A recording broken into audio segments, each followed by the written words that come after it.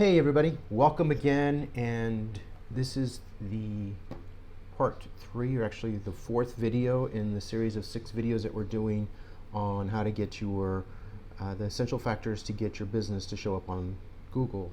And my name is Andres Bustillos.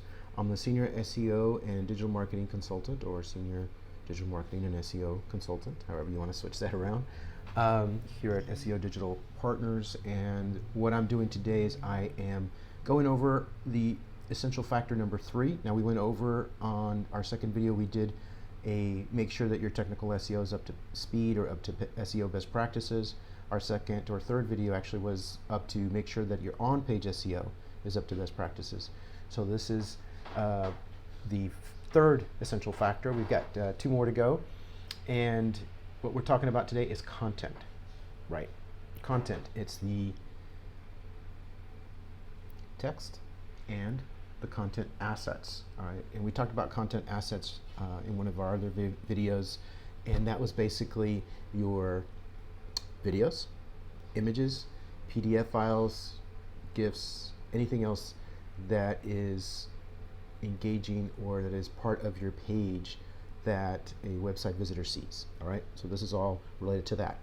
So before we get started, I want to make sure that this is really clear as I go through and list a few things that you want to check off when you're doing your content SEO. Is you want to make sure, first of all, that your content is relevant to your website and to your audience. All right, so if you're an auto repair business, your content should be dealing mostly with auto repair or things regarding auto repair. If you don't do any boat repair, then you shouldn't be talking about, the owners are going out to ride a boat or work on a boat, or it's not relevant to your audience, right? So you get what I mean by relevant. Now, the other thing the content has to be is fresh.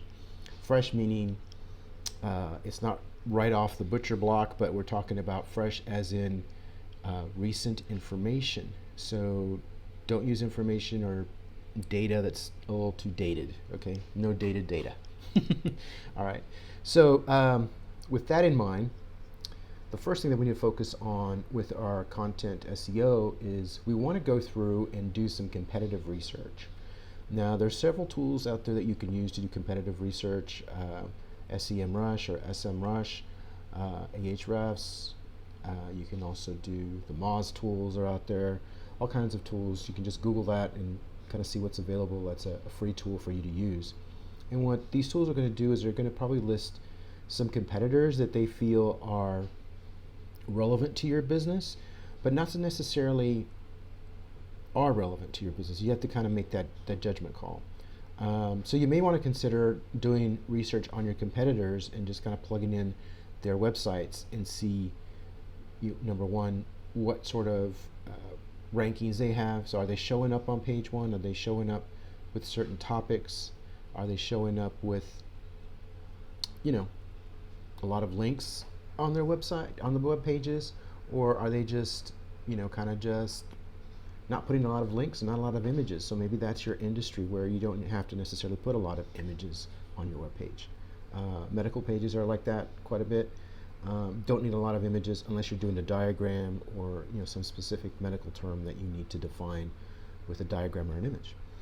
You want to look at the content, the keyword, the backlink. You want to also look at their social media. See what they're putting or posting in their social media. Are they posting things as opposed to like recent research studies, or are they posting more lively things and they're getting a lot of likes because it's more on the light side? If you're in the medical industry, there's a lot of great nonprofits out there in the medical industry, and maybe they're posting that type of information on their social media, and that's getting a lot of likes and a lot of shares. So maybe that's the perspective you need to take with your social media to make sure you're just not reposting your blog posts on social media if that's not really what your competitors are doing, but they are getting a lot of likes for what they're doing. Now, if they're doing something and they're not getting a lot of likes or shares, then you also take that as an example of not to do that. So don't do what's not working for them. Do better. right? So throughout this video, you'll hear me say do better. All right, keep that in mind. So you want to build a content calendar or a content strategy for what you're doing here with your website and your social media, because you want to avoid overlapping any content, and also make sure, no matter what, write this down, tattoo it on your arm if you have to. Avoid duplicate content, because Google does penalize websites for duplicate content. If you repeat a lot of content over and over, then that's not good. If it's a motto or a mission that you have to repeat on every page, then maybe you should make that an image so that Google doesn't read the text on that image and counts it as duplicate content, as opposed to an image that's on there and maybe renamed different times or different names on different sections of the website.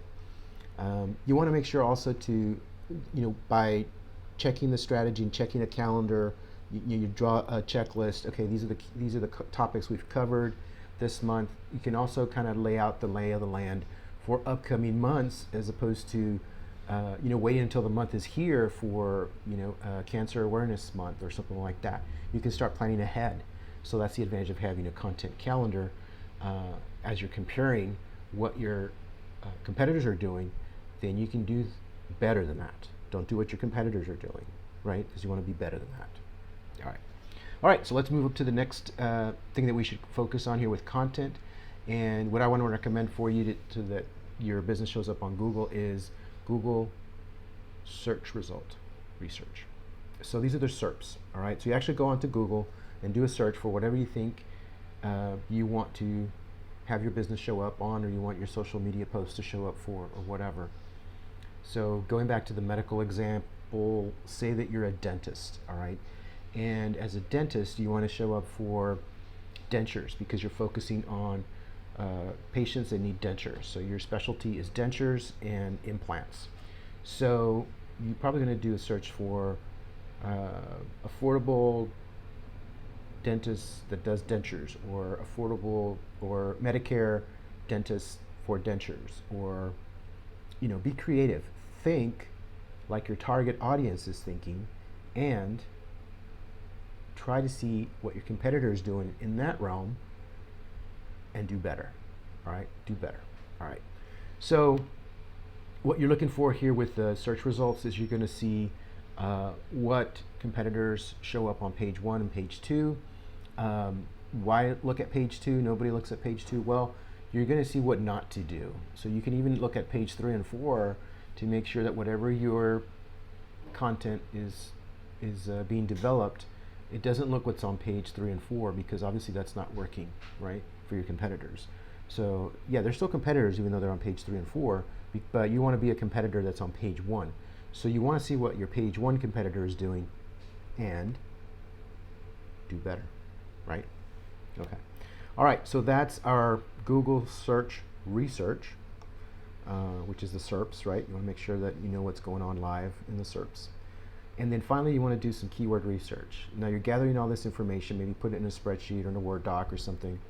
I like to use a lot of spreadsheets because it makes you think in multiple levels at the same time. So keyword research especially, so you can divide up your keyword research based on how your website is comprised or laid out.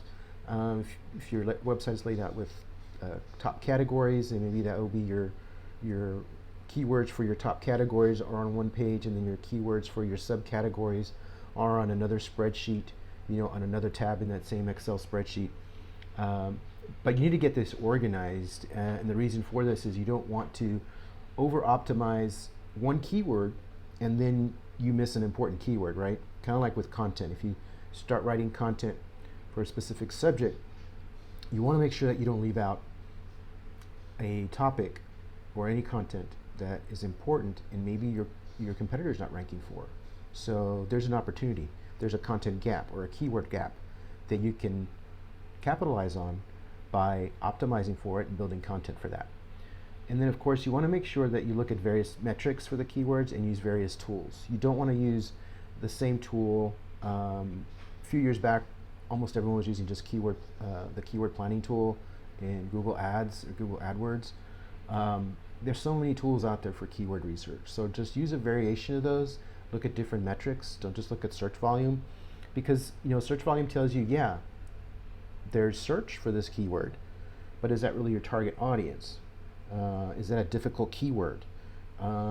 Is it easier to target it with a PPC campaign? And I'll talk more about PPC in another series of videos. But yeah, is it paid search, or is it more of an organic keyword? So if it's a paid search keyword, then there's going to be a price per click. If it's an organic keyword, then there's a click-through rate based on the impressions and based on how many people organically click on it. So we'll go into greater detail on that. You don't have to worry about that at this point. Just know that your keyword research should have multiple dimensions, multiple metrics. You should use multiple keyword tools, at least 2 different tools. I recommend Ahrefs, SEMrush, Moz tools, and SEO Books is out there too, which is a free tool. It's not as current as some of the other tools, so some of the keyword research there, your numbers, your search volumes will kind of fluctuate, but at least it'll give you a general idea. I think their data is probably a couple years old, but somebody correct me in the comments if I'm wrong about the keyword tool SEO book. And of course, throughout this whole process, make sure you don't overlap things, because there's so many keywords out there that you can rank for. Why waste your time concentrating on just 2 or 3 keywords? And why waste your time just concentrating on broad keywords? All right, so I'm going to throw that term at you. Broad, there's phrase match, and there's exact match keywords. And there's also long tail keywords. So usually you want to focus on, 3 or more words in a phrase type keyword for your blogs. And the more broader keywords, which is something along the lines of a type of shoe if you're an e-com, or a specific condition if you're a dentist and you're looking for patients with gingivitis maybe who are losing their teeth, and so you're trying to give them a solution for that. So that would be more of a broader term, and you would use that more as a page than you would as a blog post, so that you can refer back to it and build your internal links that way. So I gave you a little bit more than I should have there. I was just trying to cover the content SEO, but I want to make sure that you guys understand that this is a little deep, right? It's in several layers, and so be sure to let us know if you have any questions in the comments below, and also make sure to subscribe to our channel, like the channel, thumbs up that you like it. If you didn't like this video, then thumbs down, excuse me. But let us know why you didn't like it, all right? And we're trying to keep all these videos about 10 to 14 minutes long at the most, all right? So again, make sure to follow us on the other social media channels that are also listed in the description of this video. We hope that this video has been of service to you.